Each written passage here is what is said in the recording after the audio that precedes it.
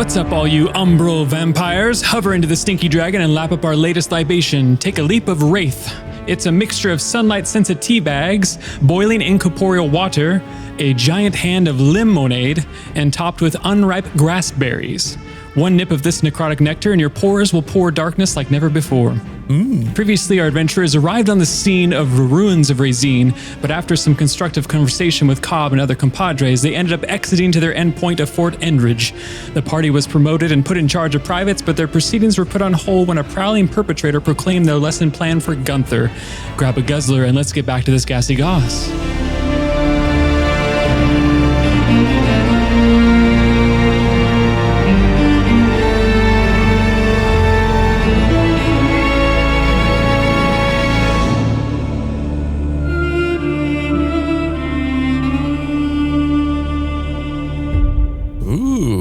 That's a heck of a tongue twister there. Yes. Do you think there's an alternate world where Micah would have been a rapper? Did you ever think about that? He is currently. What are you talking about? That's true. Also, I'm a gassy goss. What's up, y'all? Oh, pew, pew, pew. Welcome to the Gassy Goss. I'm your stink master, Gustavo Sorola. I'm going to hit our 4 gas bags with an arrow. Gross. That's Hero. This episode's really trending high with the 10-year-olds. We don't know why. How does your character relax or wind down for the day? That was it's sent by multiple people. RPG Freaky, Pisca Business, and Hub. Everyone go and roll a d20 and let's get to it. 6. 1. 16. 7. All right, so it's going to be Tolv, Gunther, Doug, Natty.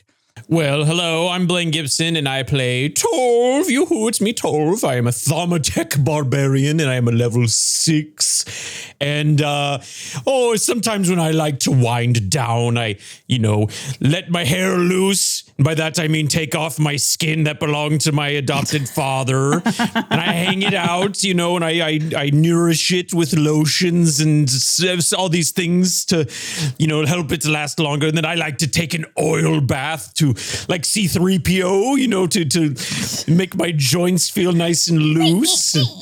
Yeah, and sometimes I employ Doug to do maintenance on my body because It's I am true. a robot. Yeah, I've seen so many things. and he loves it. It's such a bonding experience for me and Doug. I feel closer to you, Tolv, Yeah. against my will. So Doug knows where the off button is.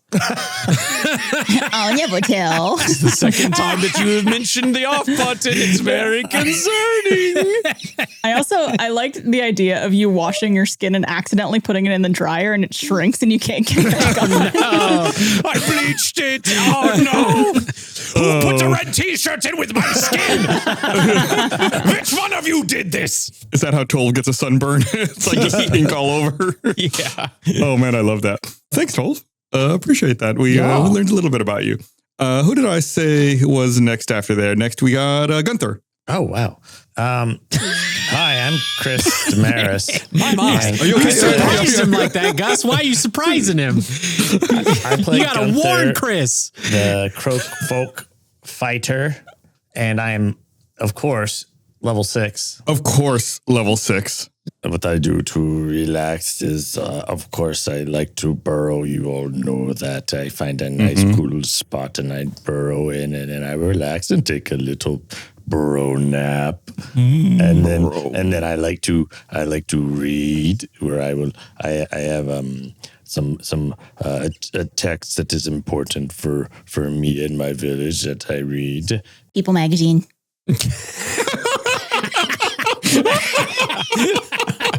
Barbara took an inspiration die. What was that? She said People Magazine. A book is important for my people, which is about the wilderflower and what we must do. And then if I'm not doing that, then I just read books for fun. Why didn't I know this about you? Because I'm always burrowed in a hole. You can't see. But I read, I have a few favorite books. Like what? What kind of books? Is it any of my not books? Yeah, I was going to ask if it was the not books. No, it is not. That's enough no's. Okay, you don't have to rub it in. There's the Fellowship of the Spring. Mm-hmm. That's a good one. I heard of that one. For whom the croak tolls. Oh. And then, of course, the Art of War, Ter Lilies. Oh, you got me there. Those are good. Those are pretty smart. No, you've read them. No, I've heard of them. I haven't read all of them. Cool. All right. We learned a little bit about Gunther and his burrowing activities. Very, very much sounds like an introvert kind of person. Burrow. Thanks, Gunther. Oh, yes. I like how you saying burrow sounds like a ribbit. Burrow. All right. That's it for Gunther. I hope I don't surprise the next person. Doug. I knew it was me. I knew I was third, and we had 2 people go already, so that would mathematically place me next. Wow. The math checks out. She did the math, or he did the math. Astounding. Hello, everyone. I'm Barbara Dunkelman, and I play Doug Boone, the Bugbear Artificer, and of course, level 6 as well. Mm-hmm. And Doug actually has like a whole nightly routine that he does to wind down.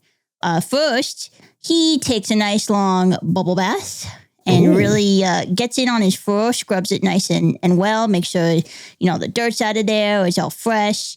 And then he takes about 2.5 hours to comb out all the fur. It's really tough after it's wet, and he's got to make sure it dries nice, so that takes a while. But it's very relaxing and meditative, so he enjoys it. And then Doug likes to journal about his whole day, analyzing every single moment from top to bottom. That takes another 2.5 hours, unfortunately. Gets really into it. And then Doug also likes to read. He winds down with, like a novel or 2, perhaps, each night. That only takes about 25 minutes, so... How long does it take you to rehearse social interactions for the next day? I do that in the morning. Yeah. It sounds like your day is pretty much, you start winding down as soon as you get out of bed. The process takes so long. I do. I when I wake up in the morning, I review my notes, my journaling from the previous night, and then I set myself up for success in the next day. I have a very similar routine than Doug. Sitting there, analyzing, thinking about all the social interactions. Did I say something wrong? Mm-hmm. Do you have any books that you've read recently that you enjoy, Doug? Yes. I actually read all of Tolv's Notch books that he highly recommended. Oh, right. Yeah. Riveting stuff, I know. Riveting. Very good. I thought I spotted a quart of nuts and bolts in your bag the other day. Gustavo, you're not supposed to see that. That's just for me. Listen, Doug's got to unwind some way or another. Okay, yeah. No judgment. Just I was curious if it was any good. All right. Thanks a bunch. Appreciate that, Doug. And finally, last up, no surprise, we've got Natty. Guffaw. No surprise at all. No surprise. Hey, everybody. It's John Rice here, and I play Natty Wonder, who is a drow warlock drag queen mother. And yes, that also sounds like I should have like drag queen daughters. No, you should. Anybody want to be my drag queen daughter? I'll give it a shot. Me. Every night I do have quite a bit that I like to do in order to wind down. First, of course, is I like to take off all my makeup. That takes roughly 3 to 4 hours. Oh, yes. And then after, before I do that, actually, I like to give Giggy his nighttime energy drink so he sleeps well.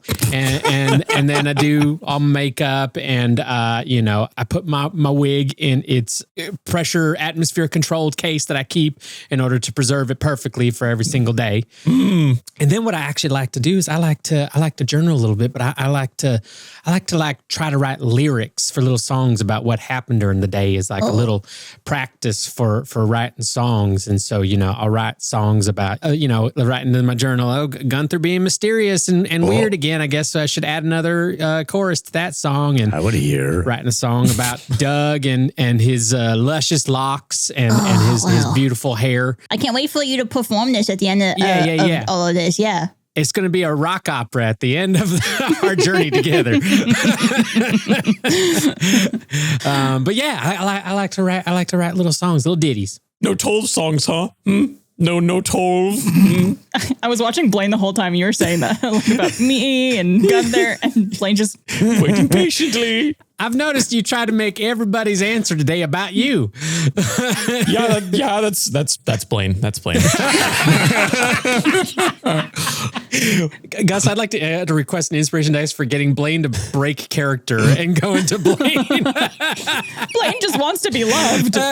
We did a thank you video to somebody forever ago. It was so I can't even remember the context. And Gus said, way to make it about you, because I said something about, I appreciate how you do this with me. And Gus is like, oh yeah, so about you, huh?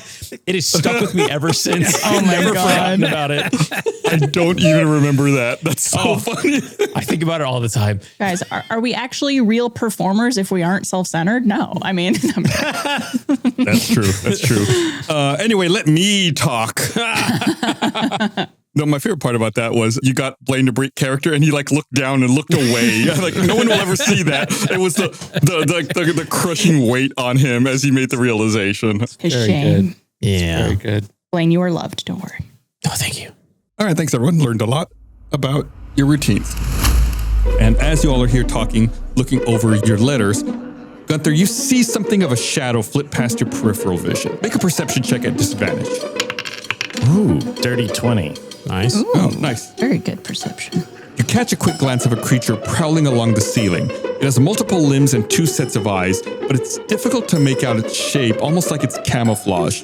And whoosh, it vanishes into the shadows. Once you're done training your privates, I'll get them out. You see Steel Eye pull a dart from his neck. Oh, God. What the?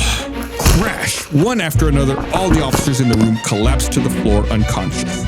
From behind you, a voice whispers, Time for your lesson, Gunther.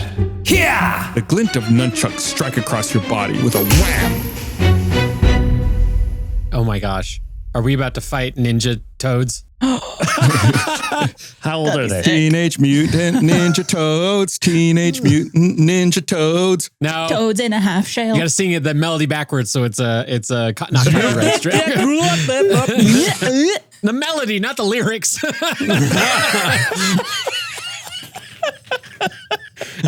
And if people listen to this backwards, it will be right. Oh, no, it's Rembrandt, Picasso, Monet, and Dolly. Dolly. Gunther, go ahead and make me a strength saving throw. Is Gunther gonna die? 12. I'm not the strongest. I'll give you the option to make a dexterity saving throw instead if you want. Oh, yeah, I'll take that. You're not the strongest, but you're the bravest. I rolled a 10, so instead of a 12, that'd be a 15. Okay. I forgot that you're a finesse fighter. I know you're a fighter, so I was thinking strength, but yeah, for you, it's dexterity. When I think of Chris, I think of one word. It's finesse.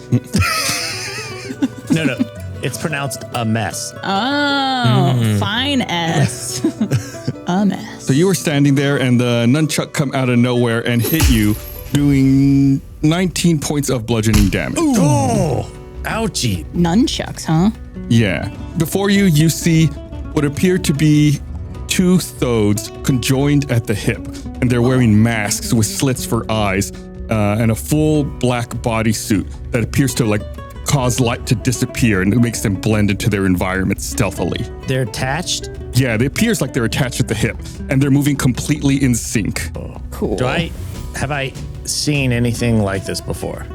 And have I seen Thoads before? Like, is Gunther familiar with Thoads? Make a history check for the first part of that question, and I'll answer the second one. Okay, my history check was 6. Okay. As far as Thoads, your aunt was a Thoad. Okay. You've already forgotten her, huh? Yeah, you have seen them before. I thought she was a crowfolk. Remember, bigger, thicker.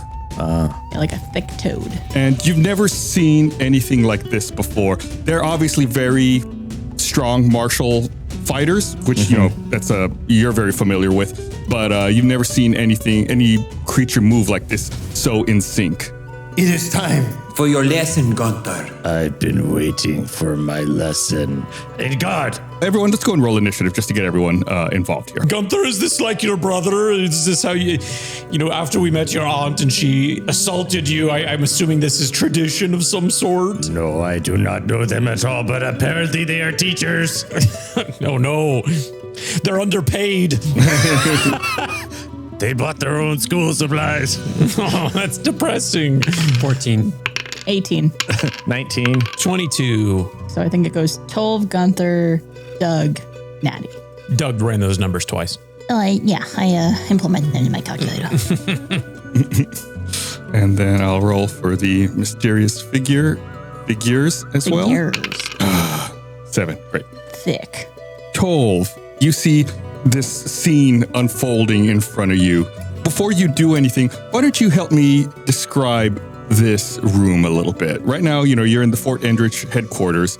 It's a circular stone room with a large round table. We talked about how it had a map showing the front lines and whatnot. And before this started, there was a lot of chatter going on, but now all the officers and aides seem to be unconscious on the floor. What else does Tove notice about this room? Oh, it's got, pink shag carpet, lava lamps every 5 feet or so. There's a couple of disco balls. This is Steel-Eye's bedroom, isn't it? Yeah, it's the officers' quarters. There's a coin slot to make the table in the middle rotate on a circle. Yeah, I think Tove has his Studio 54 filters enabled. I think we need to disable those before proceeding. Do you have filters in your eyeballs since you're like a robot guy? Oh, Micah, can we do that? I want That's infrared. cool. Yeah. Oh, maybe I'll work on that for you, Tove. Ooh, new eyeballs. Score. All right, what do you want to do, Tove? After I am done admiring the shag carpet, I'm going to see if I can make a move towards the Thoads and hit them with my Gavel of Galestrom. Ooh. Yeah. Two-handed. That's a 10. Believe it or not, it's a miss. Bummer. Okay, I have 2 attacks, so I'll take another swipe. 16. They deftly step aside, dodging your gavel. Like, you know that Matrix move where like they lean backwards in bullet time? It's like that, except they're both doing it at the exact same time and your gavel swings missing over them. Ooh, they're good. Ooh. Okay, well, let me see. I guess I could do a bonus action, but I don't really have anything in mind. I'm just gonna call it there. I'm just gonna admit defeat on that one. I'm gonna swing around, swing once, swing twice, and then I'm gonna just admire one of the lava lamps. Oh, this is nice. Oh, Just wow. taking the L. Yep. Wow. After dodging your attack, your adversary just scoffs at you. Pathetic. Okay, well, that was insult to injury. Okay. Actually, you didn't injure them at all, so it's just insult. Thank you, Natty. Gunther, you're up. Okay. Could I attempt to jump and flip over and get to behind them? Yeah, do you have is that like a move of yours or? Just adding flair to it. Oh, okay. Ooh. I would just like flip, jump, flip, and then attack from behind. And while I'm in the air, I want to go, oh, and then use my second wind. Use my second wind and regain 1d10 plus 6. Okay. Just because you're flipping, make me an acrobatics check. While you're saying that, I was like, I know what Gus is gonna do here. Yeah. That's why I'm asking, like, is there an ability? Like, what's going on here? How are we doing this? Let's try this acrobatics. Oh, man. Oh, no. All right. So I rolled a 2, but I have a plus 8, so that's a 10. Okay. You see, Chris, Gus doesn't reward tomfoolery. Whenever you think you're doing something that's like finesse or, adding a little flair, he likes to punish that behavior. So Listen, we have rules here that we have to follow. I'm not saying it's a bad thing. I'm just saying, my years of Kyborg, I know this experience well. Don't be surprised if you end up on the ground getting pummeled. Yeah, you make your jump and maybe you're focusing a little too much on your second wind and recovering, but you almost fail the landing. You barely managed to catch your feet under you and find yourself standing on the other side. And how much HP did you get back? 13. That's pretty good. That's almost all back. Yeah. And then I go, the only thing I want you to teach me is where is the 6-toed villain? Or 11-toed, depending upon how many toes you're counting in total. And then I want to attack. Oh, man. I rolled a 1 plus 8. That's 9. No, it's a critical fail. Yeah, you just rule out the rest of that. Yeah. Yeah. Yeah. Yeah. Yeah. Yeah. I hate this. It's funny. It's like you get called on by the teacher to say something and you just like totally freeze. You can't get anything out. Your mouth stops working temporarily, and then you call your teacher mom, and everyone laughs at you. Oh, been there. All right, yeah. You try to strike with your rapier, and you try to stab with it, but it kind of again, maybe you were stumbling a little bit. Maybe your palms are a little sweaty, and the rapier just kind of like droops out of your hand, and as you try to stab forward with it, it points down, and you just hit the ground in front of your own feet. Like it stabs the ground. Yeah.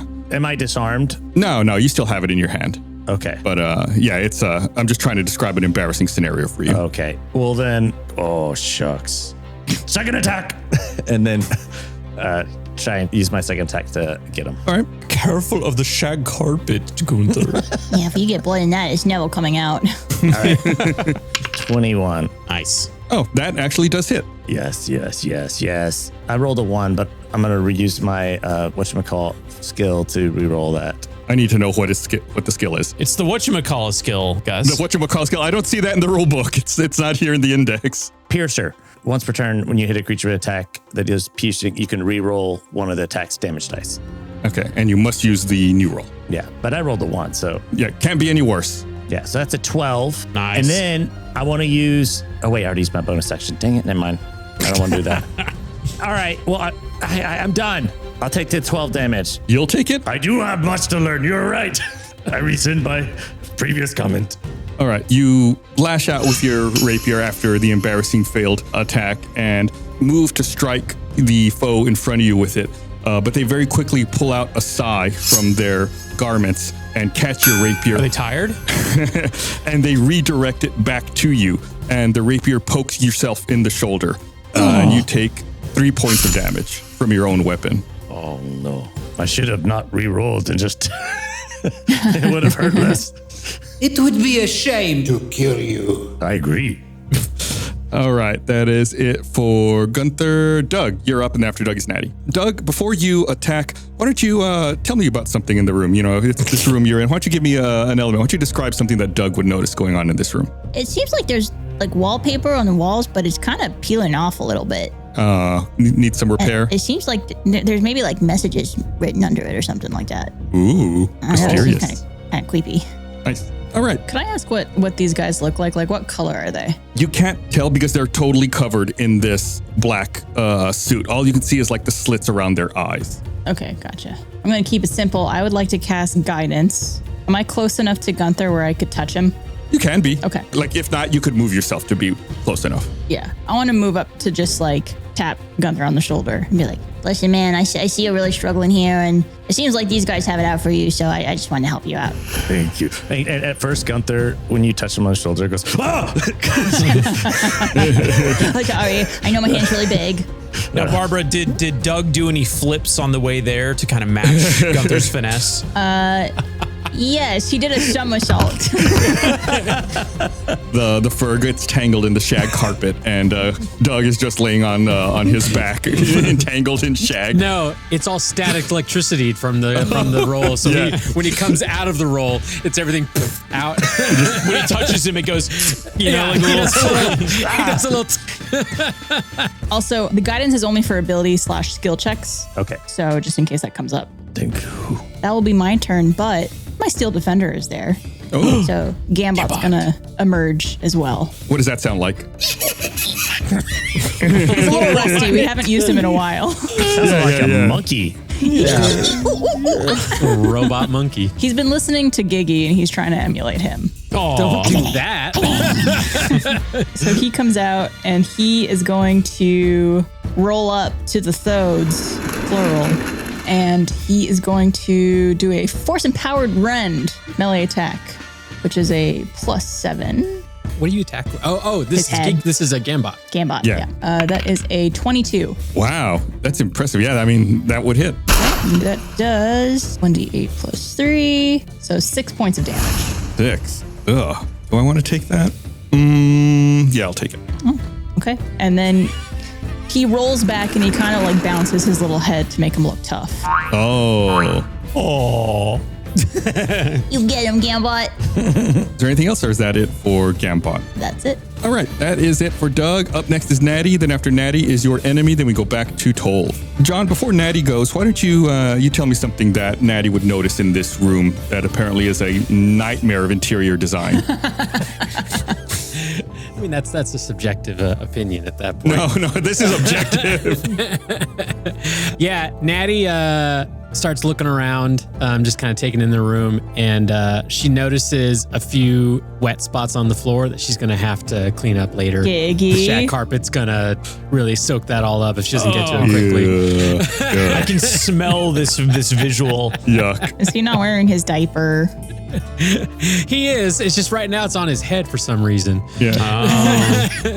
Plus, remember, he grew. He's too big for them now. Natty hasn't had a chance to get the new bigger ones. Yeah. Anyway, I'm sorry. So what would Natty want to do here in this scenario? So I get why everyone else is joining in on the fight. Like, I understand that motivation of like assisting Gunther being attacked, but like Natty heard them say it's time for a lesson. And we also, when we visited Gunther's aunt, she greeted him the same way, you know? And so I think Natty would start thinking that this is like just customary and doesn't want to like ruin whatever moment that Gunther is having. And so Natty would just start strumming on her auto harp and just kind of like creating some fight music. Ooh. Just for like to kind of like set the mood for what she thinks is like maybe an important moment or just a necessary moment. Yeah. Now, Chris, John is going to let your character die out of respect for their culture. It just goes to Giggy. It's like, all right, now you got to learn a lesson. Now pay attention. Yeah, she's playing her music, but then while she's doing, she's like telling Giggy like what chord she's playing, so he also learns a little bit of music. Oh, Very I like that. Is Giggy musically inclined? Not a lick. Okay. Not a lick. Anytime he makes any sort of like attempt at singing, Natty thinks it's the most gorgeous sound she's ever heard in her life. One of those parents. I like to think the music you're playing is just like the Final Fantasy VII battle theme, like dun dun dun dun dun dun dun dun dun dun dun. Get right on that, Fantasy Micah. kid. We played real video games in my house, like Pokemon. Okay, That works too. Pokemon We could do battle that. music then. That would actually make me feel more appropriate because it's like, dude, like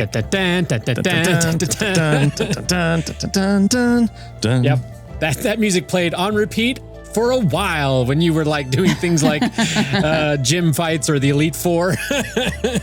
This is a little bit of a tangent. What? When you were a kid playing video games, I was never a kid. What? would you ever like you're playing and your parents are like, we got to go, get a haircut or go to the mall or whatever. Yeah. You pause it and you leave it on for as long as you need. Turn that off, and you just turn the TV off and leave the game running. So, okay, yeah. Yeah, Gus, when you were playing with your stick in your hoop, did you pause it? That's how I beat Super Mario Brothers the first time, was in that 100%. exact scenario. And I had to go to the post office with my mom, and I just turned the TV off and left it because I was already in Bowser's Castle. Oh, so went to the post that office. is a hard came game back, too. Yeah, and beat it. That's impressive. Until you learn like where the warp pipes are, you're like, I'm on World 6. I'm going to bed, but my TV's not. So yeah, I had just ditched the stick in the hoop the year before, Blaine. It was right after. It was right after that. Oh man, we got really sidetracked. All right, that is it for Natty. So it is your enemy. Our mysterious enemy. First of all, the enemy once again is going to pull out its nunchucks and lock both sets of their eyes on you, Gunther, and lash out with their nunchucks one more time again. This time, make me a strength saving throw. 21. All right, yeah. The nunchucks lock themselves around your rapier, and the enemy pulls as if to try to pull the rapier out of your hands, but you manage to keep a firm grip and hold on to it. Excellent grip. Do you recognize that voice? Are you allowed to check on that? I didn't recognize these people. He didn't recognize. The nunchucks wrap around, and your enemy grunts in approval, but still, with the momentum of the nunchucks, they still kind of swing around the back side of the rapier and come up and knock you in the chest, still doing a little bit of damage, hitting you for 9 points of bludgeoning damage. Ouch. How you doing, by the way? I would not be doing very well if I hadn't done my flippant second wind. They look around, analyzing the situation, and yeah, they're gonna go ahead and attack you again, Gunther. The other body lashes out with that scythe that they used earlier to redirect the attack and tries to take a stab at you, hitting AC 18. It misses. Yes. 18's a miss? Wow. Wow, you have really good armor. All right, yeah, the scythe hits your armor, but then it hits it like in a reinforced spot and deflects off, not doing any damage to you. Oh, very good. It didn't hurt at all. Tolv, one of them turns and looks at you and tosses a dart in your direction, hitting AC 18. Ooh, that's a miss. I'm 19. You guys have such high ACs. What? Oh wait, you know what? I might have had my shield up, and even though I didn't make any, You two-handed. I did proclaim I was going to do two-handed. So let me lower my shield. That's Which a means 17. you can have your shield hanging on the outside of your Yes. arm as you Right. swing down with both hands. Yeah. Right. That didn't upset our audience and the greater YouTube audience at all when we made that animation. I took my shield off, so now I'm at a 17. So yeah, that's gonna hit, I guess. Okay, yeah, that does hit. I love that on YouTube, how angry people, well, not angry, how invested people got, because that's just engagement. Yes. I mean, that's just Yeah. like driving that algorithm. Keep telling us we're wrong. We love it. Yeah. Don't hate watch our content over and over and over again. No, and leave a comment and Yeah. share with your friends to show how Don't wrong share we it to are. everybody. It's like, I understand that bucklers exist, but we're playing D&D. We're not in the Middle Ages in England. The rule of cool. Yeah.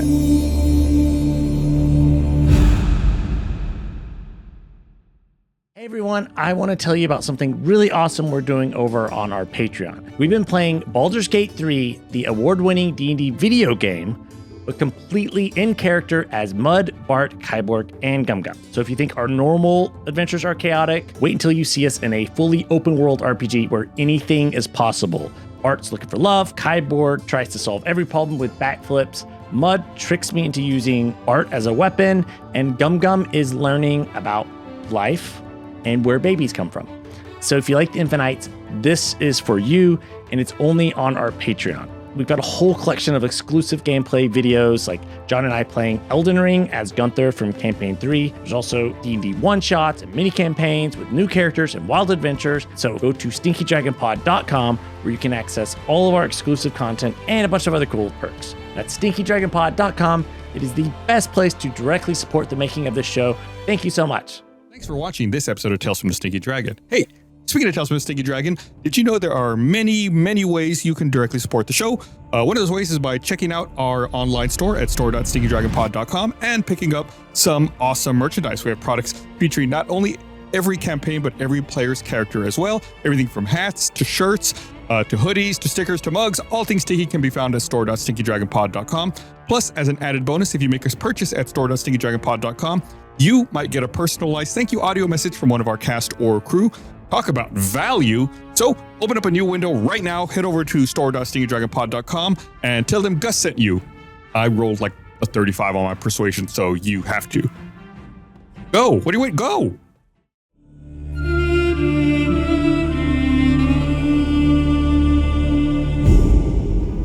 So the dart flies towards you, hits you in the neck. Go ahead and make me a Constitution saving throw, Tolv. Ooh, 25. Oh, man. Guys, I do want to remind you, you have an inspiration die.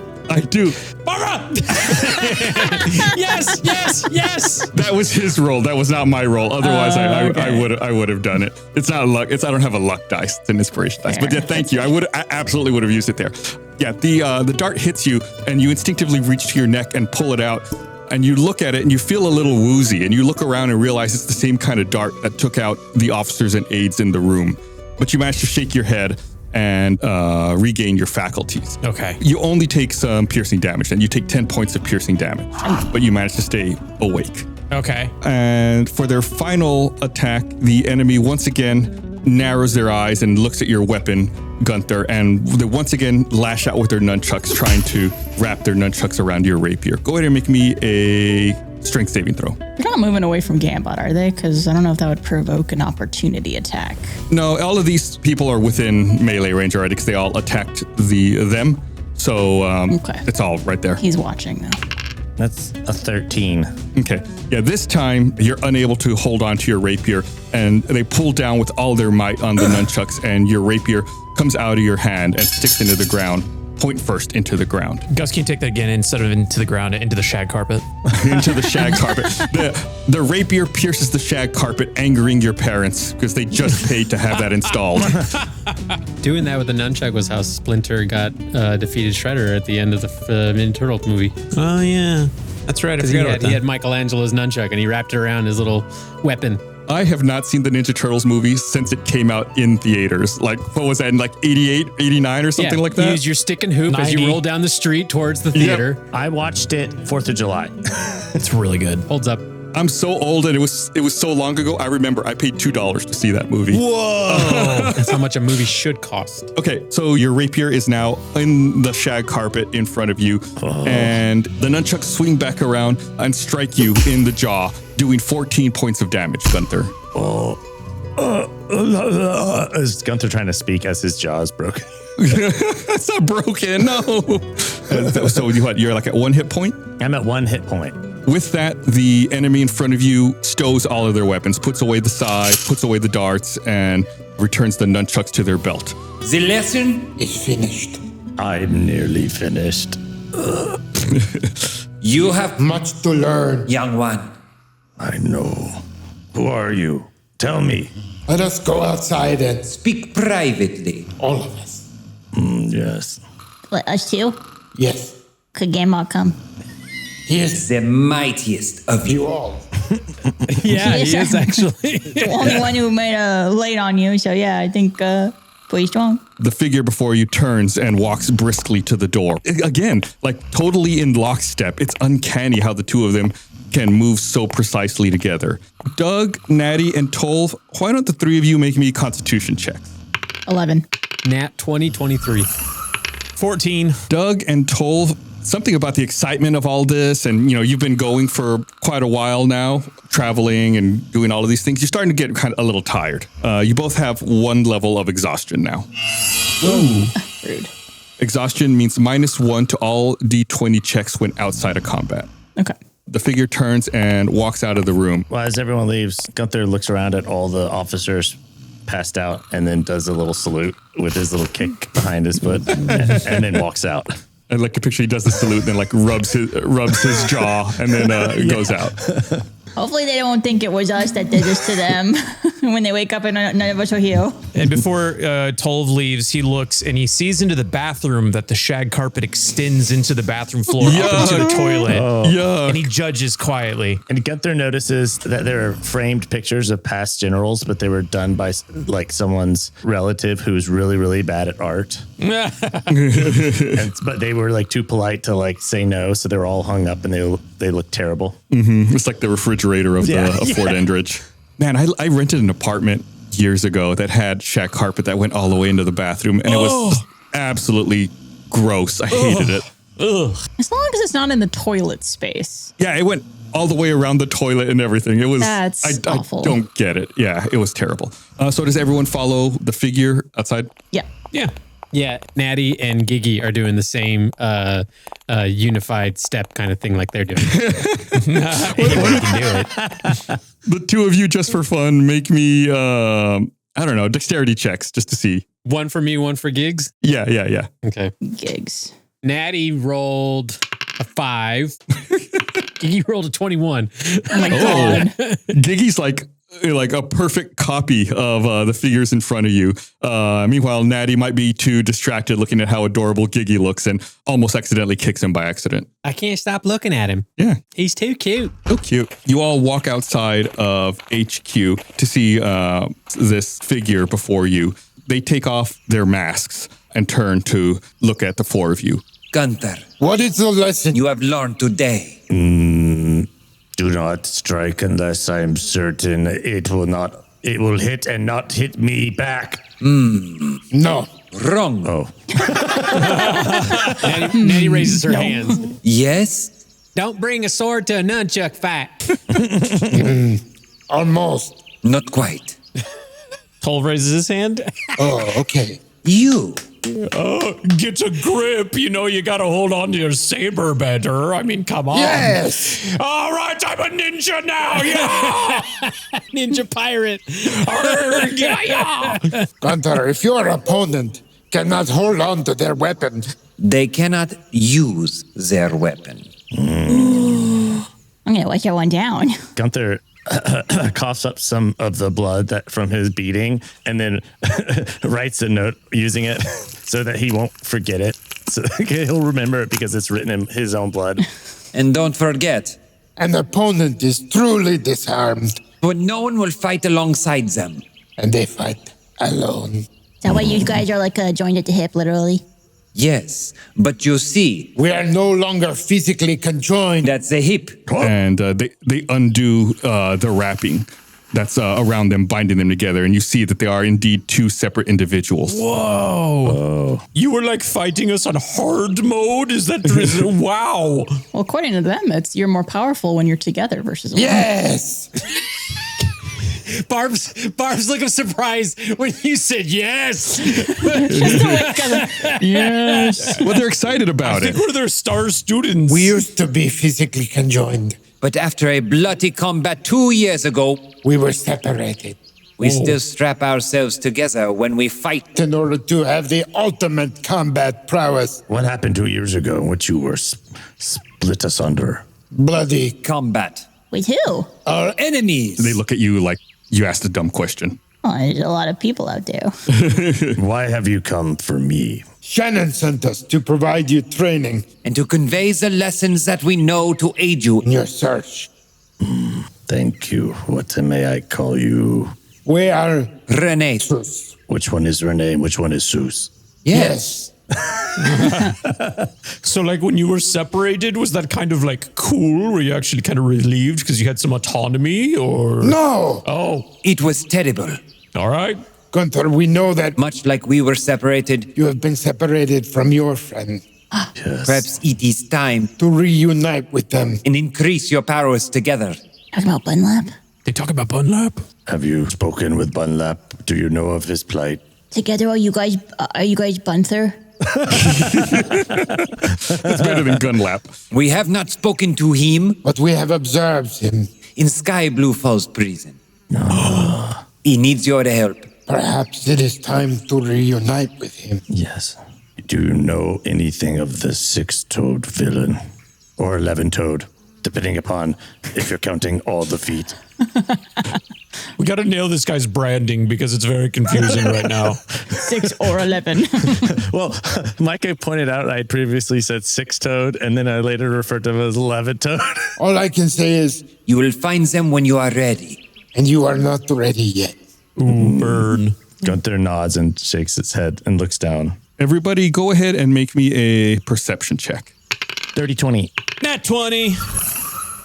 Mine is 13, but with exhaustion, that is a 12. 12. Those are all pretty decent.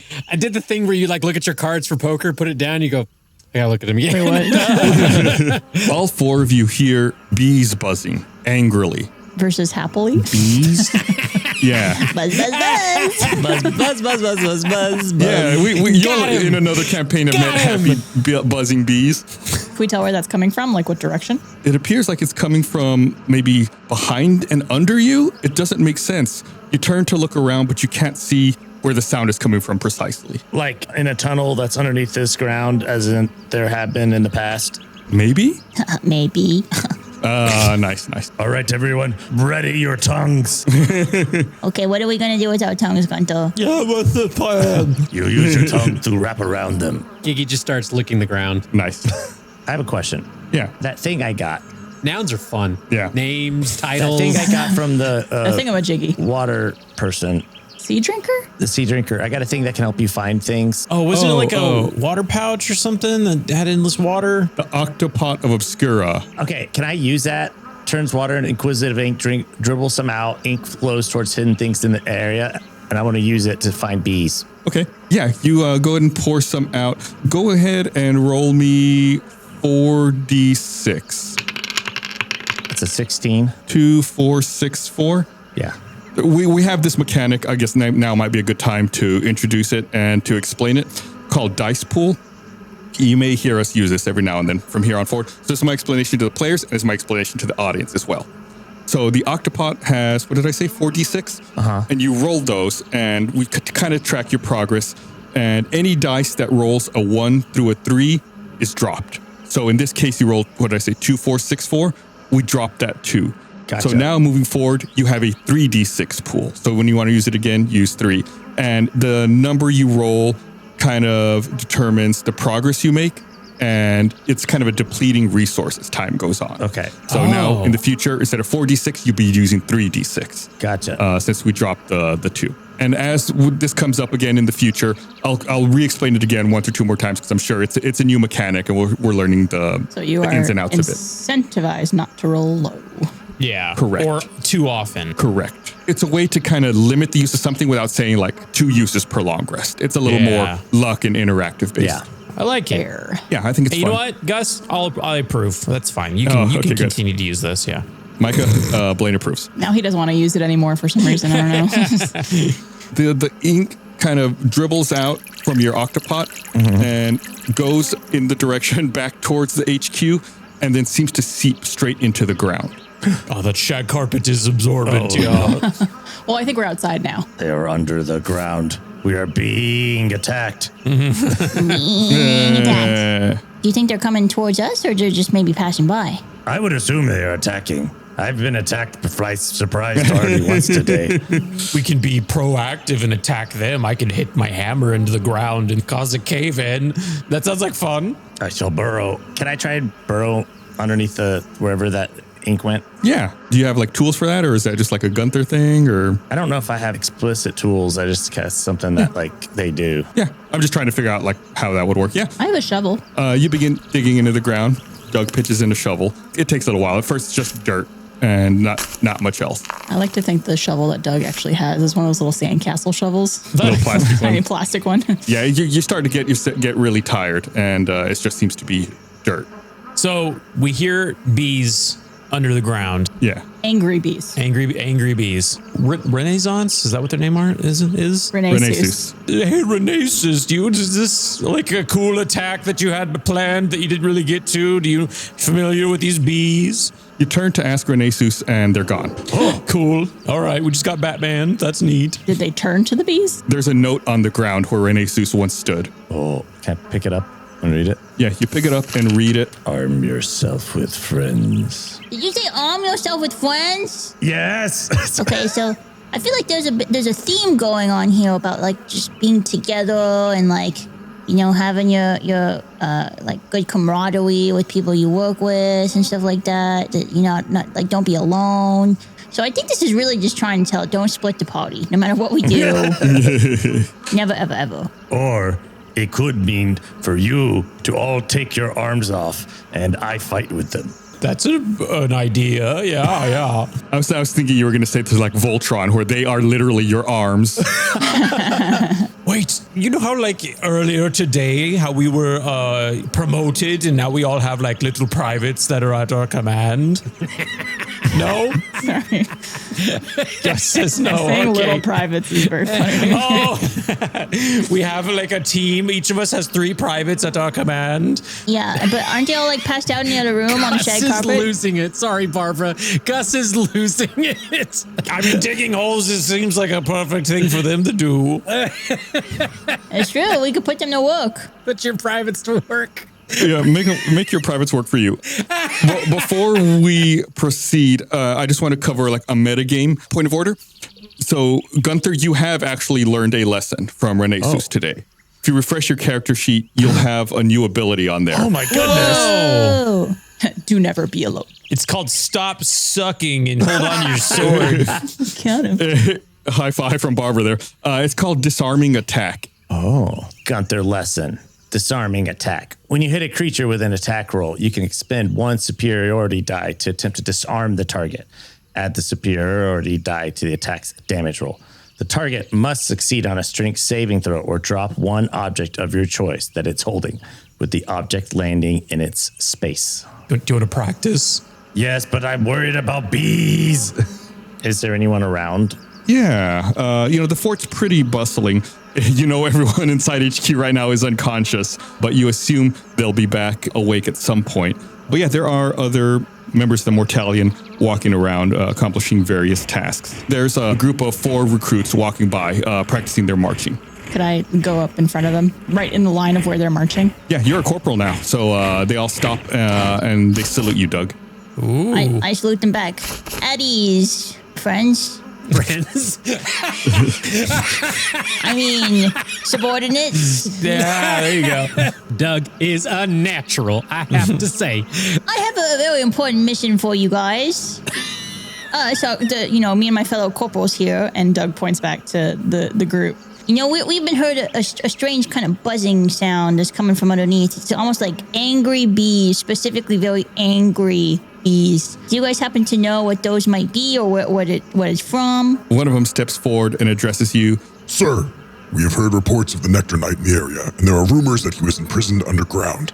Now he has been set free, and the fort has been plagued with bees, and there's dripping honey and numerous beehives all around. Sir! What is a Nectar Knight? That sounds like the coolest thing ever. Describe him in perfect detail. I want to know everything. It sounds like a cocktail. It sounds like a dude who uses, like, when he goes jousting, has like a big bee stinger at the end of his thing, and his whole armor is like honeycombed and yellow and golden. Oh, like KNI. Yeah, like some sort of cereal mascot, but his food is for strong boys and girls. I bet he's a young guy that was coming out of seeing Zorro with his parents, and then some guy shot down his parents. Then he went home, and a bee ran through his window and scared him. And he's like, "I will use that image."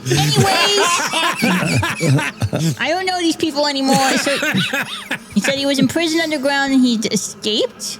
Yes, sir. He was imprisoned underground and has been recently set free. He didn't escape. Set free? Oh. The Nectar Knight is a demigod, of course. He's a well-armored knight with the face of a fox, and his armor is constantly dripping with honey. I love this guy. I love it. Bit of a mixed imagery there, but we'll go with it. Yeah. I'm so down. There are bees all over Fort Indridge. There are numerous beehives. Well, that's good. They participate in an important part of the ecosystem in this area, so I'm glad they've returned. With this Nectar Knight, is he was imprisoned by the Mortalion? Like, the underground prison was owned by the Mortalion? Unknown, sir. The underground area under Fort Indridge was only recently rediscovered.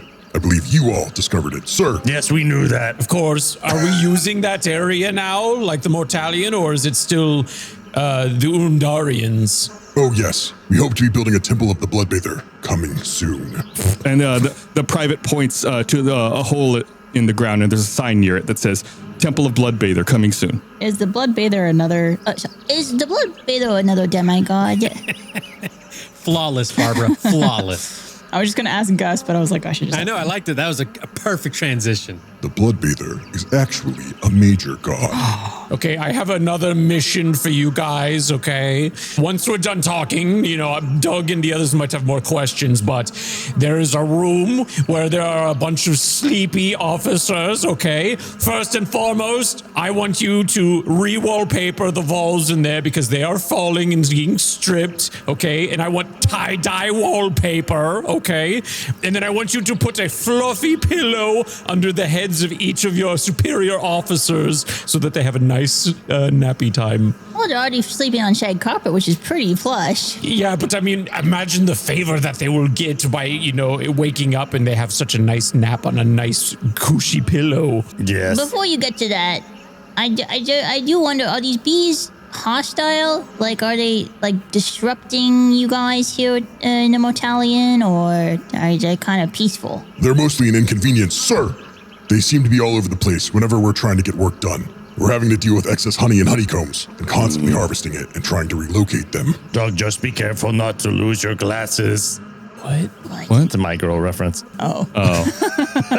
I was going to say also, bees and honey are also my worst nightmare, because when you get that in my fur, it came over, man. Game over. So why was the Nectar Knight imprisoned exactly? Unknown, sir. His time in prison predates Fort Indridge. Oh, and he was imprisoned by us? What do you mean, sir? The army. Mortalion. Unknown, sir. As far as I know, no. His imprisonment predates our activity in this area. Who is the one who freed him? Who gave that order? He freed himself once the escape path was cleared, presumably by you all. Oh. Yes, and we did that on purpose. Yes. The Temple of the Bloodbather. What's the vibe of that? Why the Bloodbather? The Bloodbather is someone the Mortalion respects.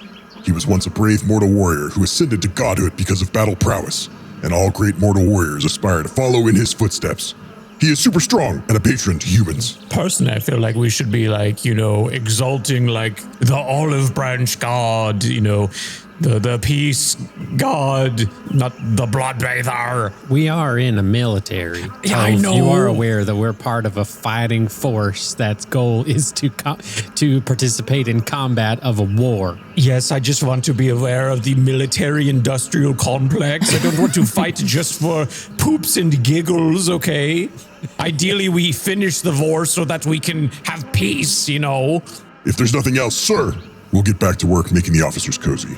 Oh, very good. Natty, you got any good questions for them? Yeah, Natty, you want to know more about the Bloodbather or the Nectar Knight? No, that seems like you guys got good information. I figured we should maybe, the bees, I don't know if the bees are really our problem right now. Are they our problem right now? We hear them angry, but they said they're everywhere all the time. I imagine, and correct me if I'm wrong, sergeants? Privates. Privates? My bad. Would the bees lead us to where the Nectar Knight is potentially? Unknown, sir. We have not noticed any pattern to the bee's appearances. We know the Nectar Knight is free somewhere. However, we have not been able to find him. And is the goal of this to recapture him? Negative, sir. Okay, well, it doesn't seem like there's really an issue here then, other than the honey being a little bit inconvenient. Just a minor inconvenience. Yeah, it just seems like a little bit of a status update for the fort right now. They got a bee problem. Yeah. You know, if we get ordered to maybe deal with these bees, we could deal with them. But aren't we supposed to be heading to somewhere else? Or what's our mission right now? Who's in charge? Am I in charge? I don't remember. I think I am in charge. I believe, Natty, you were in charge. And Natty, where are we headed? Got a free bun lap at some point, yeah. Oh, yeah. Let's go get Bunlap. Who was it that got maps earlier? Someone got maps. Didn't you get one? Did I get I thought you did. I thought you took the maps, Gunther. Okay, good. Can I pull out my maps and look and see where Sky Blue Falls is? Yeah, you pull out your map and you see Sky Blue Falls in the distance. It's kind of on the way to the front. It's not all the way at the front. And you know that you had been kind of expected to head out to the front. So it is something you could stop by along the way. Closer by, before Sky Blue Falls, you see some other landmarks on your map that you could conceivably go to. You see Meadow Canyon and Boiling Bluffs on there as well. Natty shoos away any of the lingering privates. Go back to your work. Go do your stuff. One of them points before you start shooting and says, "Oh, Boiling Bluffs. There was news from Boiling Bluffs recently, sir. There was a relic stolen from the font of the Fire Eater there." Oh, the Fire Eater. Oh. Yeah, we should go there. I think we should go there, Natty. That's fine. And then they salute you and then walk away. They go look for pillows. Very good. Carry on. Natty turns to Private Parts and goes, "Earmuffs." Private Parts puts his hands over his ears and starts humming. Okay, so we're supposed to be heading to the front, but we've got some personal business we want to deal with, but our personal business is in the direction of the front. Yeah. So why don't we head that direction, and then if we happen upon, let's say, a prison with a certain little friend inside of it, we can maybe do some shenanigans there. But all the while, we look like to our superiors like we're actually heading where they told us to go. And if they call us out on it, we can say we were recruiting new members of the Mortalion, you know. Yeah, just lies upon lies is always a good call. Yeah. We'll never get caught in it once because we have steel trap members, right, everyone? Right. Yeah. Right, dog. Is that what your name is? And I do want to give you all a quick reminder as well. See, you're at the fort, you're at Fort Endrich. You have the opportunity to rest. The party hasn't rested in many watches, which is why your exhaustion is starting to kind of build up. Nah, we're probably good. I think we're all at like full health, and we should just head out and not even think about recovering. You can head out too. I'm just saying, if you wanted to rest, this is a good opportunity to, or you can just go out and continue if you want as well. Long rest, please. I could use a long rest. Yeah, yes. we should rest. We haven't been to our bunks in a while. I feel perfectly fine. I feel Okay. I mean, very you don't have to rest, Gunther. You could just stay up and watch. Yeah, I want to call your bluff. He's not actually saying anything. He thinks he's saying that. He's actually on the ground right now, just gurgling.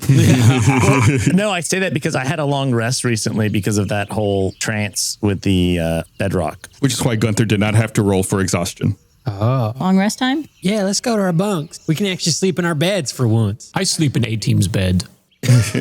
It's really damp. It's really wet. Oh, gross.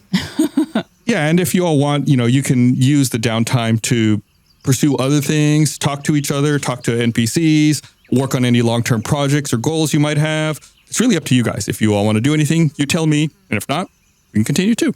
I would like to maybe knock out a little bit of work on my invention for that contest. That's great because that's another dice pool thing that we're going to do. So it's good that we worked on that. Hey, Doug. Yeah. Could Giggy at least like watch, or maybe you give him like something to do to help so he can have a little lesson while you're doing that? I'm very particular about my equipment and everything and my tools and everything. So does he have like a little like playpen you could put him in, or like a cage so that he could watch but just not touch? Or like an extra big diaper that's like a straight jacket or something. Or like one of those like bouncy things where he's like kind of strapped into it. I don't normally like to restrict him in any sort of way, but he does have his little leash. That's the only restriction I'll do. That's just so I can keep an eye on him. So what if I like attach the leash to like a stake in the ground that's just long enough that he can get to the edge of your machines but not touch them? Okay. I'll allow And you it. know what? Hey, Doug, come here. A lot of times he sees his tail and he starts chasing it, and he'll go in circles around that stake, and the leash will get shorter and shorter and shorter. Okay. I also just want to make sure you're accounting for his slightly larger size, Yeah. and the distance that he could go now because he is slightly larger, mathematically speaking. You have to put it like an inch behind. Yeah, okay, you got it. Mass times speed equals energy, whatever, something like that. Yeah, MC squared. I also want to say this about Giggy getting bigger. Can I make a request about him? What happened when he got bigger? I don't know if we specified this because you said he grew. Yeah. I just love the image of this little baby gremlin. Can he just like increase in size, but not actually maturity? Yeah, absolutely. Like he didn't actually turn into like a teenager, but he's just a larger Giggy. So when you like are in Photoshop and you take the PNG and then you just kind of zoom it out, like make it a little bit bigger. Yeah, he's just scaled up. Yeah. I like it. Like in Hunting, I blew up the baby. Yes. Yeah. Terrifying. Classic. So scary. Yes. Okay. That is now canon. Okay. Hey. Is that the name? Natty puts a stake in the ground, asks Tolv to like use his hammer to really hammer it in, and then goes, "All right, Doug, I guess you're okay." And Natty leaves. Love it. No notes. So, you watching any movies lately? Or I don't know. How do I talk to a kid? Could Gunther go with Doug as well to try and work on his sword and talk with Doug? Sure. Like he's got that goat eye or whatever shadow thing that can be used to upgrade his sword. Like both of you working side by side on different projects. Yeah. Okay. I feel like a workshop kind of area. Because I did already imbue your other sword, right? With You imbued my armor, which is part of the reason why my AC is so high. But no, this was when the goat gave Gunther that little like item. It can be used to upgrade my sword. Oh, Gunther, I have an idea for your upgrade. Because Renéesús were telling you need to hold on to your weapon, maybe you make like a cool chain that connects from your sword to your hand. It'll be like a wallet chain, but for your sword. I love it. That's funny.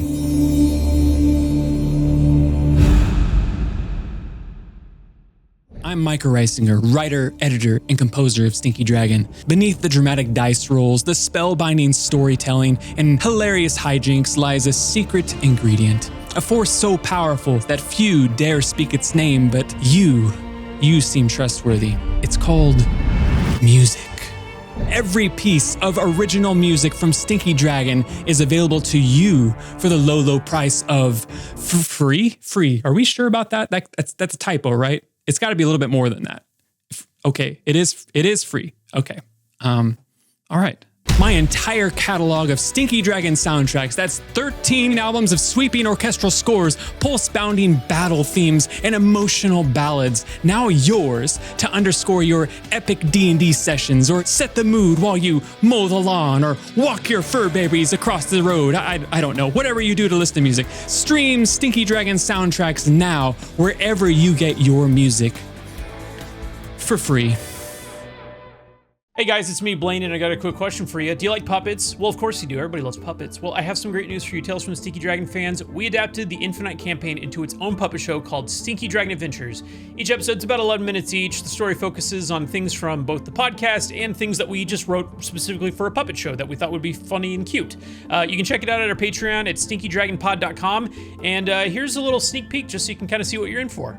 This dungeon shall be your grave, and I shall take from the Infinites their beloved interns.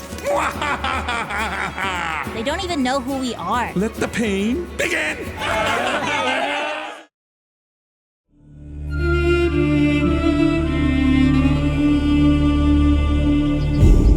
So Doug's going to be working on his invention. Gunther's going to be working on his sword. Natty dropped Giggy off to watch Doug and hopefully get a lesson. Is Natty going to do anything? We call that Dougie daycare. Yeah, Natty actually is going to use the assistance of one of her closest friends ever, Thoad, to help with an activity she has in mind. She needs to work on her song.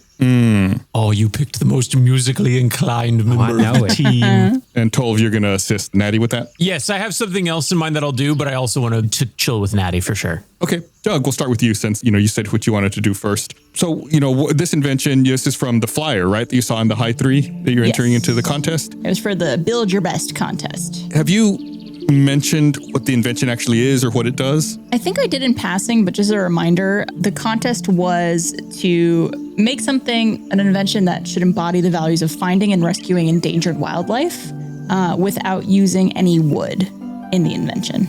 Oh, okay. And the invention that I came up with is a echo pulse locator, which emits a soft sound like pulses, kind of like a bat echolocation to detect hidden animals without causing them panic and to also draw them to the device's location so I could kind of lead them out. Where did you get the idea for this kind of thing, Doug? Oh, well, Doug has spent a lot of time kind of out in the wilderness, and he knows like a lot of really sudden noises and traps and stuff like that could really frighten a lot of animals and wildlife. And so he just wanted to make a really calming sound to kind of help draw them out and to kind of maybe rescue them from dangerous locations. So he didn't want to make anything that captured them because, Doug knows what it feels like to be to feel trapped, and it's not a fun feeling. What does this look like? Like, what is this invention, this echo pulse locator? Like, what does it look like, broadly speaking? I would say it's kind of like a little backpack, so something he could wear on his back that has almost like a speaker-looking bit to it that makes the pulsing sound. Okay. Has Doug sketched it out, or is it just like all in his mind so far? I think one of the steps of working on it, he would probably sketch it out first, and then start collecting all the parts he needs and stuff. Okay. What kind of parts are they? Like, what kind of materials? I know you said no wood, but like, how would Doug kind of put this together? I think over the course of them journeying, he's collected just scraps of metal, wire, things of that nature. I think it's more of an electric system rather than any type of wood or any natural materials. Okay. So just in his scavenging, he's scavenged many years, and so he knows what to look for. Okay. Well, on that note, let's make a roll on the dice pool like Gunther did, just to see what the progress is. So you're going to roll 4d6, and in this case, the more dice you drop, the more progress you make towards completing your invention. Okay. You keep saying dice pool, and I keep thinking that's just Wade Wilson playing D&D. I got a 6, a 4, a 2, and a 1. So you would drop the 2 and the 1. So you have 2d6 left in your dice pool. So you made pretty good progress then. If you drop 2 of them, that's really good. Wait, question. Yeah. Do you want to drop in this instance, is Doug trying to lose? Yes. In this instance, you want to drop them all because once you deplete your dice pool, then you're done with your invention. Okay. See, this is why I was like, we're going to explain this a few times and we're going to work through it because it's an interesting mechanic that I think is really flexible. I can see the look on Barb's face as well. She's like, wait, what? Yeah, because I was like, I thought it's bad if you roll low because then you have less dice to contribute to the progress. Yeah, in this case, dropping them is progress. And we can really dive into it a little more in Second Wind for this. So if you're a member of our Patreon over at stinkydragonpod.com, next week we'll release Second Wind and we'll talk about this episode and we'll get a little more into the dice pool. I'm excited that we're using it. I've been looking forward to this for a little while. So you're not quite at the stage where it's done. The prototype's not completely finished, but you're making good progress. And hopefully the next time you really sit down and work on it, you might finish it, but we'll see. I think Doug would hold up his sketch to Giggy. Like, what do you think? You got any notes? You like it? Hey, Giggy would have to make a wisdom check. Wisdom check for Gigglesworth. This has to go well. He is a +0, and he rolled a 3. Ooh, very good. So what's he do, Gus? He loves it. I'm going to say he doesn't really pick up what's going on. He doesn't understand the concept behind this. He can't seem to focus on what Doug is showing him. Instead, he seems to be looking away in the distance. He's just staring at Captain Grumbles. And licking his chops. Yeah. Thank you for clarifying that Captain Grumbles is still with us. I didn't do it. You did it. I have to remind everyone, Can't escape these NPCs. There are other people here. We've got to paint the picture. All right, good. I think we had good progress there, Doug. You happy with that? I'm pretty happy. Okay. So, Gunther, you're going to try working on your sword or your weapon? What's going on here? Yeah, so I have proficiency with smithing tools, and I got this scapegoat tooth, which is a jagged goat tooth surrounded by flickering aura of dark light. And I want to try and imbue my sword with it. It says, must be crafted to an item and weapon. Once per session, you can re-roll an attack roll, but you instantly take 1d20 necrotic damage for the sin of making a bad roll. Okay. I want to work on that. And, with Doug being such a crafty person, see if they have any, notes or help. Yeah. How do you want to approach that? You want to make like a check for your blacksmithing, or you tell me, how do you imagine you'll work on integrating this tooth? So Duct tape. I'm imagining like you hold the sword like on the base of it, closer to where your pinky would be when you hold it. Hilt? Yeah, and the hilt, like the base of the hilt. Yeah. Kind of attaching it there, so it's kind of almost like a tooth at the bottom of it, or in the center. It would almost look more just like jewelry or something. Yeah. The pommel? I'm no blacksmith like you. I was gonna say, yeah, it sounds like the pommel to me. Just like Blaine just yelling out the pieces of swords. Yeah. I don't know why I'm so uniquely like, I know these things. Yes, whatever Blaine said. Yeah. I could be wrong. I'm no sword expert like Blaine, but I think that sometimes on swords, didn't they have like sharp objects on the pommel, like for up close, like melee, like, hitting someone over the head with it? Yeah. Are you thinking like something like that? Yeah, but I think this would be a thing because if I have to roll to damage myself if I miss, so it's almost where I squeeze the hilt and it'll bite me, and then I get to reroll. The grip? The grip.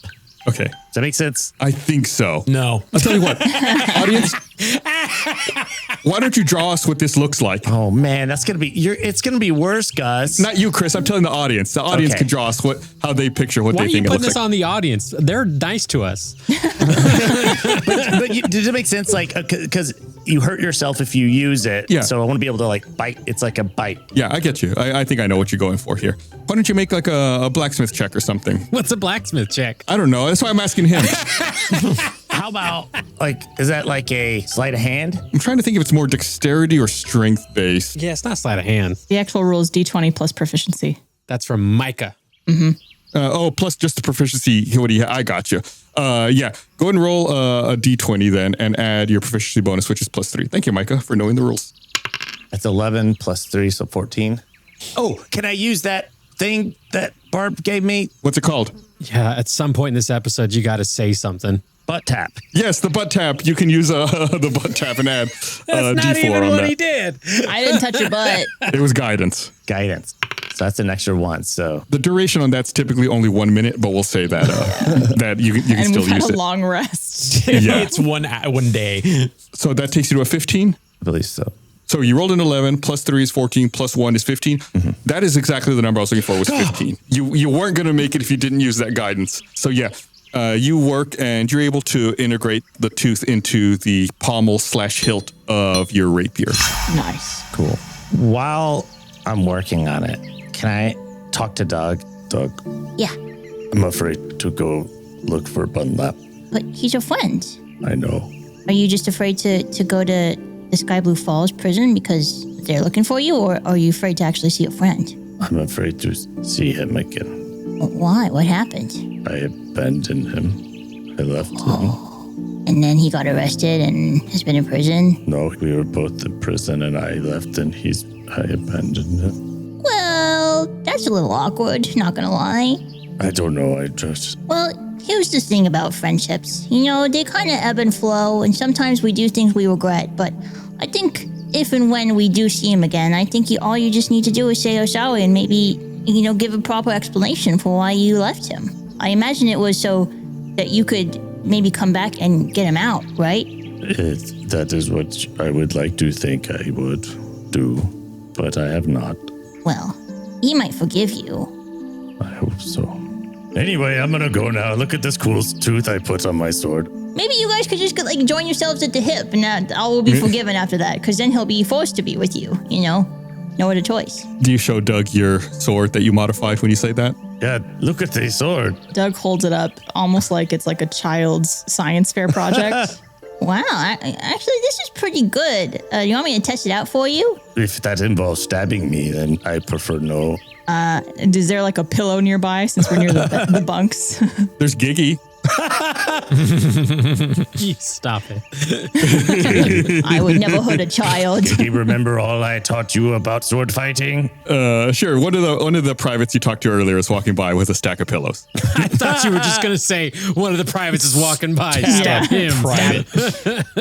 Could Doug just like stab the pillow, one of the pillows walking by? Yeah. Make an attack roll. If it's a 1, you're stabbing the private. I'm telling you right now. Do I get anything since I'm using the sword that Gunther made? Just roll the D20 and we'll see how it goes. Okay, it's a 10. Oh. I would say that's a miss. You could activate the scapegoat tooth if you want to re-roll that attack roll, but you take damage if you do that. You know what? Gunther, I trust you. I think it works just fine. Just whiffed. And then I say to the private walking by, Just wanted to keep you on your toes, you know. Gotcha. Always be aware. They kind of give you a wider berth and walk further away from you. As Doug hands you back the rapier, Gunther, you hear a voice emanating from the tooth. Hello. I know what you did, Gunther. That scapegoat? do I hear that too or just Gunther? Just Gunther. What do you know? What you did. Last summer. Who told you? You did. Oh, shoot. All right. On that spooky note, we'll move on to Natty, who I believe you said you were going to work on your song with Toll's assistance? Yes. Sing-writing duo of the century. Are we like mid practice? Like, that's not my tempo. That's more with feeling. Oh, I love that. So yeah, if we could go do this like maybe in the bunk, like we could do it like at the beds. I feel like that's a fun little place to be like writing music. Yeah. Yeah. So Thoad, you heard my fantastic, wonderful beginning of my song that I shared with you guys previously about the Troop. But as glorious of a song that was going to be, I'm sure you were going to say, I feel like my heart wasn't in it. Oh. And I was thinking, like, I gotta really write this song about something that matters to me, because their little thing that they sent out just said you can write a song as long as they just need a songwriter. So I'm gonna show them what I got, and I'm gonna write a song about my wife. So you're going to dedicate this to me, right? No, your wife. Not at all. Not even a lick. Understood. Yeah. This is about the most important person that I could ever think of, and that's my bride. But I'm having a difficult time with my lyrics. I've got kind of like, I'm working on these choruses, and could you help me with some rhyming? Yeah, you know it. Okay. Throw some words at me. Let's do some wordplay. Yeah. Okay. I'm obviously going to use the word bride in there somewhere. So what's a word that can rhyme with bride that I can put into my song? Oh, so many. You could be a bride or die. Shush, this is a rhyming game. Get out of here, Doug. Tied, cried, lied, abide, died. Oh, died. That's very, thematic, because they are the, Lord of Death. Okay, I like that. And with you being red now. You're not here. You all got your moment. Back off. Maybe if you're talking about, their hips don't lie. Oh, boy, they're wide. That's going to be fun. Okay, so we got died with bride. I like that one. That's a good one. You made a good choice. Okay, great. It's like Mad Libs. I love it. Give me another one. Go on. Go. I'm feeling the juices flowing. Let's go. And then another word I'm obviously going to use is like death in there, Oh, yes. So what's a word I could rhyme with death? This might be a bit of a stretch, but your wife, their name is not Beth, is it? No, it is not. And I'd prefer not to put the name of another woman in the song I'm writing about my betrothed. Yeah. Meth might not have the right sort of vibe. What is that? I was thinking that in the back of my head. I was like, no one's going to say that, surely. If they're a Family Guy fan, you might talk about Seth MacFarlane. It's a harder one. I feel like I'm challenging you with this one. Yeah, I mean, I think you're going to have to go into double syllables at that point. So it would be like, what's that? Clef? My practice is I go through the alphabet. Yeah. So Beth, Kath, Death, Feth. Oh, like so on and so forth. Replace the first letter kind of a thing? Yeah. We'll go beyond that. There's other words. I'm summoning a rhyme from somewhere deep down inside. Breath. Yeah. Oh, I like Thank you, that. If Doug was singing it, then caress. Oh, okay. Because it'd become caress. Okay, I got 2 more words that I need rhymes for, okay? All right, throw them at me. Yes. I love this word. Gal. Oh. Okay, let me see. Cow, no, foul. No. You don't want to say nice things about them. Okay. Growl. Maybe some sort of howl. Oh, they bring out such, Howl is a good one. Primal instincts, howl. I like that one. Yeah, that's got a lot of potential with that one. Okay. Your best friend, they're your pal. Yeah. Okay. So, last one. Okay. It's not my favorite color, but it's obviously her favorite color. Black. Yes. Oh, okay. Attack. That's Vac. Who's the brother of Cody? His name is Zach. We've got you want to go to the sack, for the sexy times. I don't want to get crass with this one. I am racking my brain. You want to shoot some fools, you pull out the Mac, they have hooves.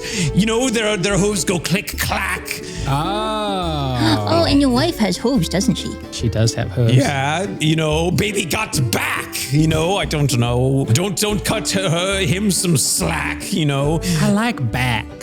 Yeah, I like that one. That one seems back in like black. That one's got. We should just write a song about that. Yeah. Oh. Track. Oh, track's another good one too. Track's a good one. Yeah. Okay. I got my words. Okay. I'm gonna go finish. I'm working on these choruses, and I got a little bit of melody, but I need to come up with use these words that you gave me. So let's come back to me, and I'm gonna show you, Tove, what I come up with. Okay. Okay, I think while Natty does that, 12, you may have said you wanted to do something else as well. Was there something else on your mind? I wanted to just go check in on the privates who are all setting up the officers and maybe, sit by the sleeping Steel Eye and just give him a visit, Okay. I've grown so fond of Steel Eye. Is he still slumbering? Yes. Yeah, you walk back into HQ and they're all still asleep on the shag with nice fluffy pillows now. Oh. And Steel Eye is laying there asleep on the pillow, smiling. You've never seen him smile before. It's weird that when he's asleep now, he's smiling. It's very off-putting. Oh, look at the little baby slumbering away with his organic body parts needing rest and restoration. How sweet. What an interesting way to say that. I hold his hand and I say, Sergeant Steel Eye, you have such nice skin. Wow. How have you been? I just wanted to regale you about all of the fun adventures I've been on in the name of the Mortalion. And, I also I have a confession to make. I told the rest of the team, but I consider you part of the team. But I am actually a Thomotech, and you just seem so receptive to things right now. You're not screaming at me like usual. But yes, I do have a robot body under this visage, and I just wanted to tell you. Steel Eye pops open. You ever watch Rushmore? I think it makes me think of when Max Fisher goes to the hospital to see the headmaster of the school. It's like, you had a stroke. It's like, he hasn't spoken for days. And then Max Fisher walks in and he just opens his eyes like, what do you want? I love that movie. Yeah, he's very quietly yell mumbling in his sleep. Oh, what's that? What's that, Sergeant Steel Eye? What do you have to say to me? Oh, he's dreaming. Like Captain Grumbles. Sounds like a loud Captain Grumbles. Yeah. Oh, that's nice, Sergeant Steel Eye. Yes. Yeah, I don't know. I just wanted to keep Sergeant Steel Eye busy. I just wanted to visit my old friend. If he was awake, he would say thank you. Oh, he would scream thank you. Oh, that's nice. Okay. Make me a medicine check, Tolf. Okay. It's a 14. Is this where I find out he is medically dead? No, you know, as you're stroking his cheek and confessing your Thomotech origins to him, do you think that he and the rest of the officers who are unconscious here will probably wake up tomorrow in the morning? Okay. That's a good sleep for them. Yes, that's a very good sleep. You wake up and you yell at all of those privates and you have a good time. Keep that blood pressure down, though. Okay, kisses. Now give him a little kiss on the forehead. There it is. Originally, I wanted to train and I wanted to use like my spider silk leggings that I got in the cave, but I really just wanted to visit with Steel Eye, you know? Oh, I think it's good. It's a nice bonding moment. Yeah. As you're stroking Steel Eye's cheek, the privates are still coming in and out of the war room here. Now they've moved beyond giving the pillows to the officers. They're now redoing the wallpaper, I believe, which is one of the other instructions. And they're tearing the old wallpaper off and plastering up new wallpaper with glue. Good. Yes. Don't forget it's tie-dye. Make sure it's perfect to match the shag carpets and the lava lamps and the disco balls. Oh yes, sir. You have impeccable taste. Yes. In wallpaper, sir. And the waterbed goes over there. Yes. It's funny how those went away. Yeah. Okay. Yes, sir. Waterbed. Got it. We'll requisition that right away. Good. Okay. And then those busts from past generals and things like that. I want to paint them. Yes. Okay. You want to paint them or you want us to paint them, sir? I want you to paint them. This has become art class. I want you to express yourselves, okay? Yes, sir. So use all sorts of colors and different palettes, I want you to think of the song Party Man from the Batman film, by Prince. Oh, yeah. Have fun with it. Express yourself. Express yourself. Okay, and this was officially sanctioned by the higher-ups too, sir? Yeah, sure. Yeah. Okay, right away. On it. Now, if you'll excuse me, I think my friend Natty has a fire song to sing to me. Okay. The privates run out of the war room to go look for paint. Okay, hold on. I just need to get my key. What are you unlocking? Music. I'm actually playing a note on piano. Just a second. Oh. Micah, John's coming for your job. Watch out. Big Brother's on the hunt for your job. I'm taking this assignment seriously, okay? Yeah, apparently.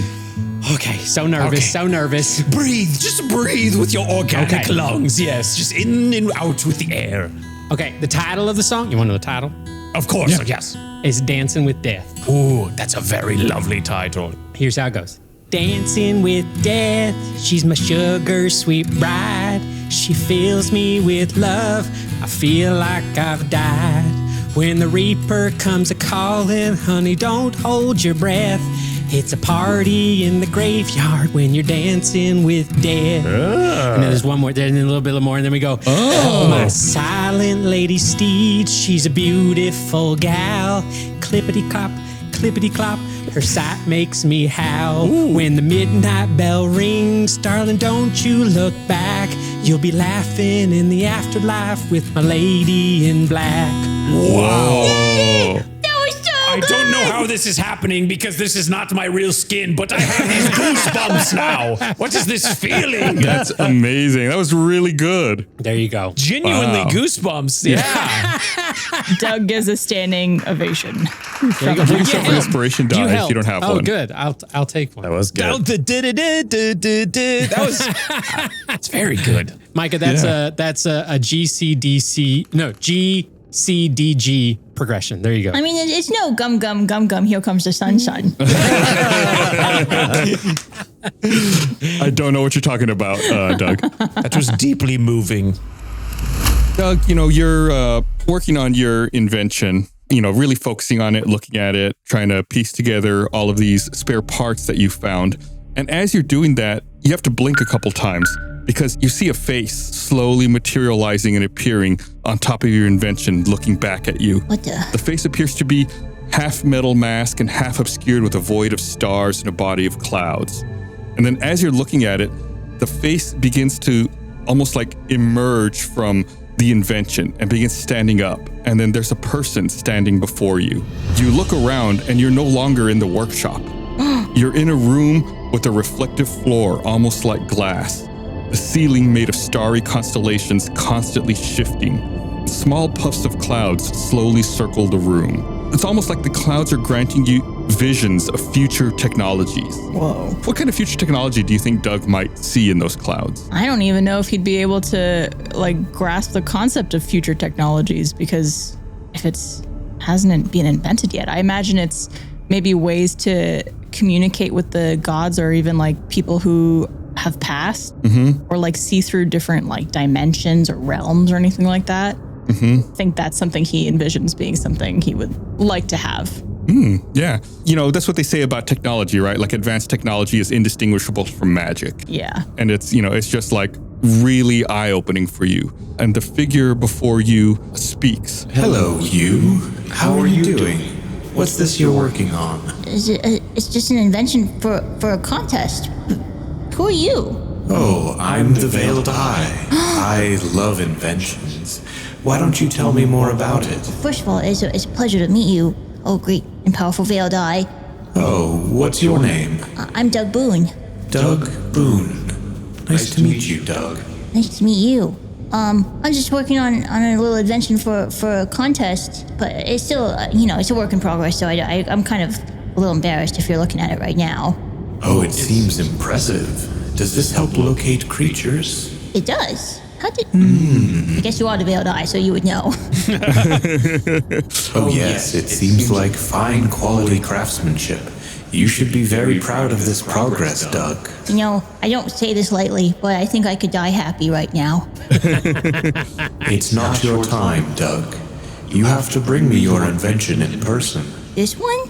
Yes, I need you to finish it and present it to me. Are you judging the contest? That's a little weird. I don't know about any contest, but I think this invention has great potential.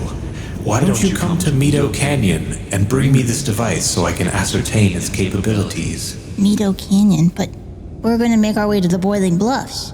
Are you still going to be there for a hot second? I think I'm always there. Oh, wow, that's beautiful. Are there any other inventions you're working on that you could show me? I mean, I'd be glad to start on something for you. What do you need? Oh, I love all inventions. Okay, well... Gambot. I mean, yeah, he is my prized possession, but I do have a little steel defender named Gambot. He helps protect me and my friends. Oh, isn't he adorable? The Veiled Eye reaches out and pats Gambot on the top of the head. Does anything happen to Gambot? Doesn't seem like it. I think you see Gambot's head spins around. Gambot is evolving. Dun, dun, dun, dun, dun, dun, dun.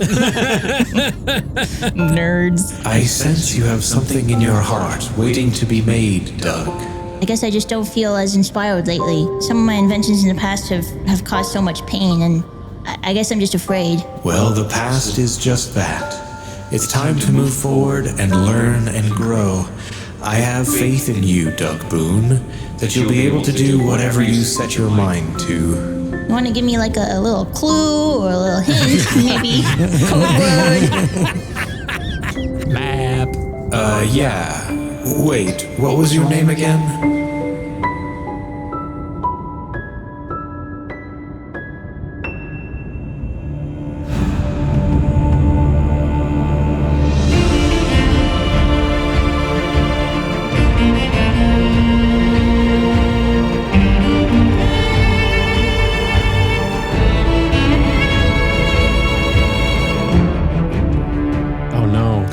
Find out what happens and what's going on with the Veiled Eye in the next episode of Tales from the Stinky Dragon. You're not threatening our lives at the end of this episode. This is great. Not on the edge of a cliff about to fall or anything like that. Bees around us. It's begin stinging everywhere. New episodes of Tales from the Stinky Dragon premiere every other Wednesday wherever you stream podcasts and on the Stinky Dragon YouTube channel. Want to listen to the show 48 hours early and ad-free? You can support us by becoming a patron at stinkydragonpod.com or join as a member on beacon.tv. Both give you early, ad-free access and a member-only Discord for each platform. Looking for even more stinky content and community perks? Our Patreon offers exclusive bonus shows, behind-the-scenes content, access to the Stinky Dragon Discord, members-only live streams, stinky community events, and potentially a shout-out on the show, just like Nova Brett, Lemon Beetle 0321, Jasperwood 121, Ghost Toast, I like that, Ghost Toast, and Stowes. Would like to give a birthday shout out to Dahlia Bober, November 12th, became a big stinker. Welcome, Dahlia. These patrons directly support the show, get ad-free episodes, access to our patron-only Discord server, bonus content like Second Wind and Behind the Screen, and other stinky perks. Some of our friends voiced NPCs in this episode, and listeners who interacted with us on the Stinky Dragon Discord had NPCs named after them. Like the Recruit, voiced by Ben Ernst at Halcyon_Ben. The Veiled Eye, voiced by Andre Ouellette at Andre Krat. Renéesús, named after René de Jesus, voiced by James Willems and Zach Anner, at James.Willems and at Zach.Anner from Answer For It podcast. You can actually follow them at Answer For It Show, and here's a little clip from Answer For It is a freewheeling trivia podcast with an emphasis on the trivial. It's hosted by me, Funhouse's Elise Willems. I ask the questions, and we answer them. And when we don't have the answers, we just make one up. When you're as dumb as we are, it has to be an improv podcast. I'm James Willems. You may know me from YouTube or the shirtless photos I post online, which by default makes me the most qualified to answer any health science questions you may have. I'm AJ Locasio. I'm a voice actor with roles in X-Men 97, Voltron Legendary Defender, and most of my contributions to the podcast are funny voices. And I'm Zach Anner, and while I may be both a high school and college dropout, I do have something called a doctorate from Walt Disney World. Basically, we riff on Elise's questions, going on tangents and tumbling down weird comedic rabbit holes, kind of like this trailer. New episodes of the Answer For It podcast are available every Tuesday. Come for the questions, leave for the answers. We love those guys and their show. They've been longtime friends to us, so please check out Answer For It Show. Can't recommend them enough. This week's error question was submitted by RPG Freaky and Pisky Business and Hub. This episode of Tales from the Stinky Dragon was produced by Ben Ernst, written, edited, composed by Micah Reisinger, with additional editing work by Catherine Arnold. Tune in next time for another thrilling episode of Tales from the Stinky Dragon.